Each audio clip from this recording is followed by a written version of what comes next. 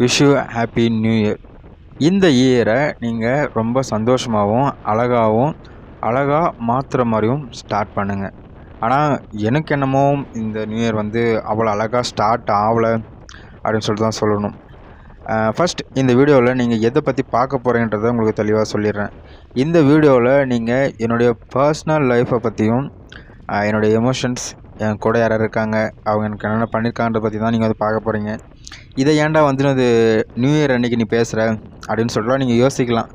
இதை வந்து ஏன் நான் வந்து நியூ இயர் அன்றைக்கி பேசுகிறேன்னு சொல்லிட்டு பார்த்தீங்கன்னா, என்னுடைய சர்க்கிள் வந்து ரொம்பவே பெருசு. ஃப்ரெண்ட்ஸாக இருக்கட்டும், ஃபேமிலியாக இருக்கட்டும், தென் நானும் ரிலேஷன்ஷிப்பில் தான் இருக்கேன்.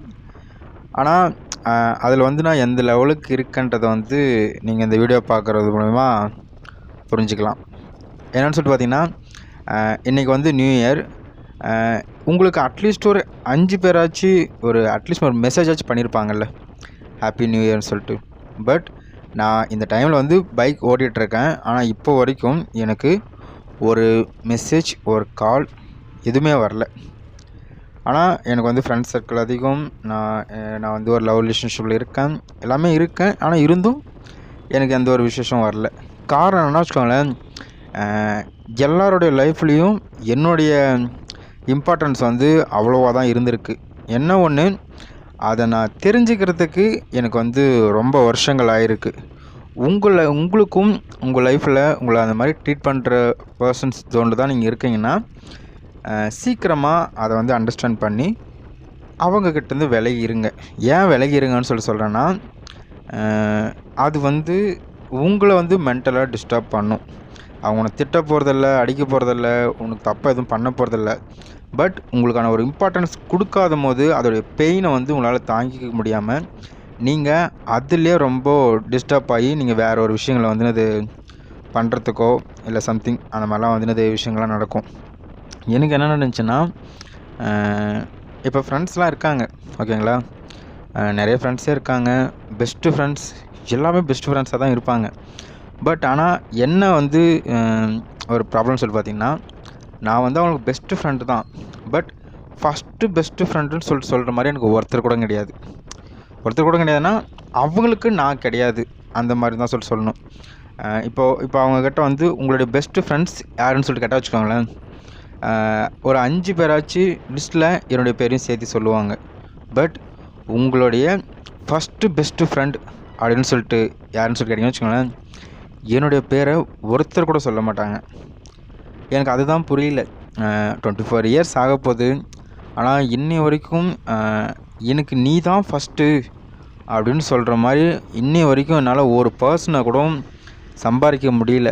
சம்டைம்ஸ் வந்து நான் தனியாக உட்காந்து யோசிப்பேன், ஒருவேளை நம்மக்கிட்ட தான் ஏதோ ப்ராப்ளம் இருக்கா, நம்ம வந்து நிறைய எக்ஸ்பெக்ட் பண்ணுறோமா, எதனால் வந்து நமக்கு இந்த மாதிரி ஆளுங்க யாருமே இல்லை அப்படின்லாம் வந்து தோணும்.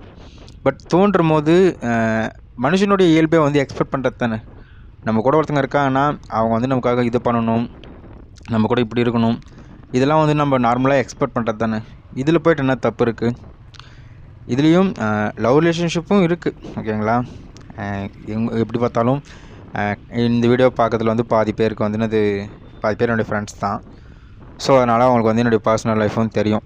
ஃபேஸை காட்டலனாலும் நான் யார் என்னன்றதில் என்னால் தெரியும்.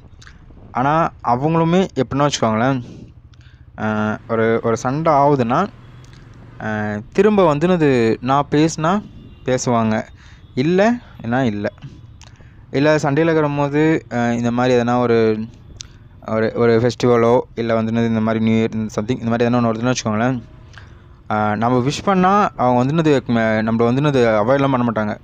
நமக்கு விஷ் பண்ணால் அவங்களும் நமக்கு ரிப்ளை பண்ணுவாங்க, நல்லாவே விஷ் பண்ணுவாங்க. பட் நம்ம விஷ் பண்ணலன்னா அவங்க வந்து பண்ண மாட்டாங்க. இது வந்து நான் யாரையும் ஹர்ட் பண்ணுறதுக்கோசரம் சொல்லலை. பட் கம்பேர் பண்ணி பாருங்களேன், உங்கள் கூட வந்து ஒருத்தர் இருக்காங்க அப்படின்ற போது நீங்கள் வந்து அவங்க பண்ணாதான் பண்ணணும் அப்படின்ற ஒரு அவசியமே இல்லையே. அப்போ பண்ணாதான் பண்ணணும்னு சொல்லிட்டு இருக்கிற போது அந்த ரிலேஷன்ஷிப்பில் என்ன அர்த்தம் இருக்குதுன்றது எனக்கு வந்து சரியாக புரியல. இந்த வீடியோ அவங்க பார்ப்பாங்களா இல்லைன்றது தெரியல. பட் பார்த்தாலும் இதுதான் உங்களுக்கு வந்து ஒரு ரீசனாக இருக்கணும்னு சொல்லிட்டு நினச்சி என்னட்டு போகணுன்னு நினச்சிங்கன்னா அது உங்கள் விருப்பம்.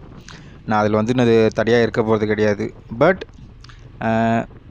யாராக இருந்தாலும் சரி, அது வந்து நீங்கள் இப்போ வந்துனது உங்களை வந்து இந்த மாதிரி ஜட்ஜ் பண்ணுறாங்கல்ல, உங்கள் கூட இப்படி தான் இருக்காங்களா, நீங்கள் பிரிஞ்சு வந்துடணும்னு சொல்கிற மாதிரி இந்த வீடியோ பார்க்குற நீங்கள் இந்த மாதிரி வந்து ரியாக்ட் ஆகிட்ருக்கீங்க, இந்த மாதிரி உங்கள் ஃப்ரெண்ட்ஸ்லையோ இல்லை உங்கள் பார்ட்னர்கிட்ட இந்த மாதிரி தான் இருக்கீங்கன்னா தயவு செஞ்சு நீங்களுமே மாற்றிக்கோங்க.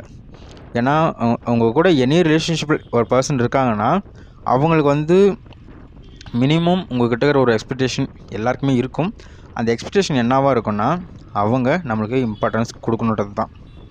ஸோ அதை மாற்றிக்க ட்ரை பண்ணுங்கள்.